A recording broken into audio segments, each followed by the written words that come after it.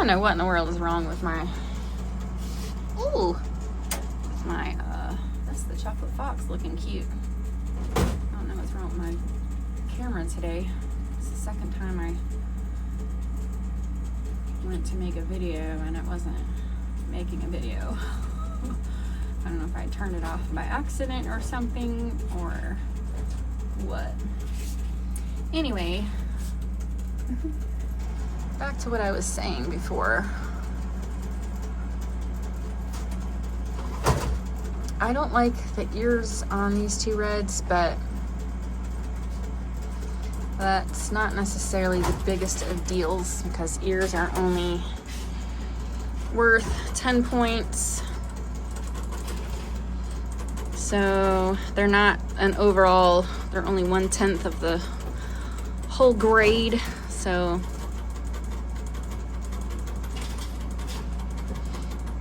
definitely have boys here that can improve. I was talking about Wildfire. If Wildfire leaves in October, then the only red buck I will have here that only red buck I'll have here if he leaves is Pepper. It's not a huge deal. Look at the crown on this thing. The crown is already big. Those ears are terrible, but not a big deal. The muzzle is fair. Her muzzle isn't as wide, it's a little bit more narrow, but this color on this girl is rich. Hi there. So I do have the fox buck from Wildfire and the big otter from Nightbrew, Narrowgate, Nightbrew. Nightbrew is the otter's name, Narrowgate is the breeder. I do have that buck from him, and then I do have his dad, who is also a fox. So the fox was able to give me reds with red, which is where Wildfire came from, and the chocolate fox, who is their mom, was able to give me reds with a red. So you only need one red parent to make them. You just have to put with a recessive color so that red recessive red will come out. If you put with a dominant color, you're gonna get dominant chestnut. I think that is your only option, honestly, or black. I put a fox with a black, and they made really high Rufus foxes because that black was from their mom. No, wait, that black was from Rowan's chestnut son. So who was Chandler? So Rowan was the red grandma. So the black definitely passed on the Rufus. I don't know how that works genetically. They cannot pass on red, but they can pass on Rufus modifiers, I guess that's how you would explain that.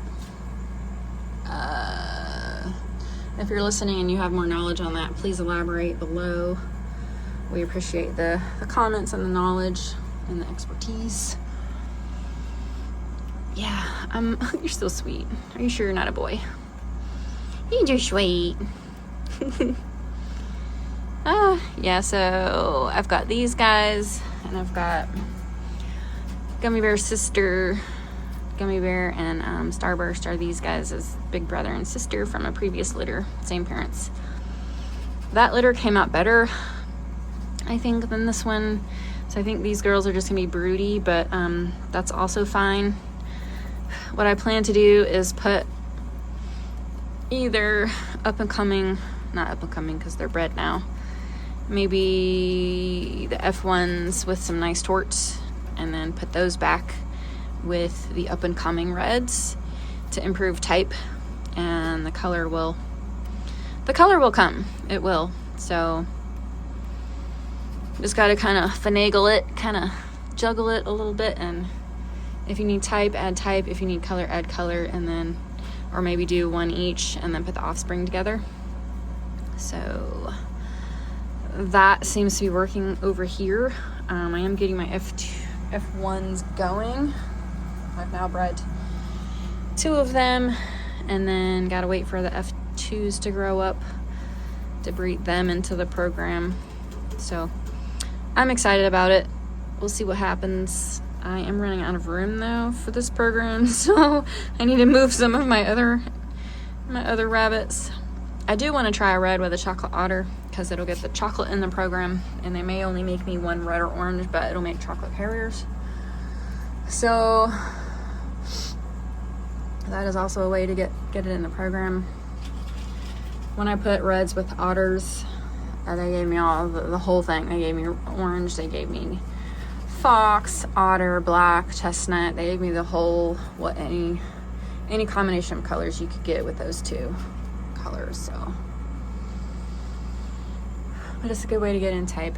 It's a good way to roll the dice. Right now I'm breeding for mass, and then we're gonna kind of breed out a little bit and then breed back in for color to pick some color back up, and then breed out again for type, and then breed back in. So by then the F2s will be grown up, and we'll see how close to Holland type they are.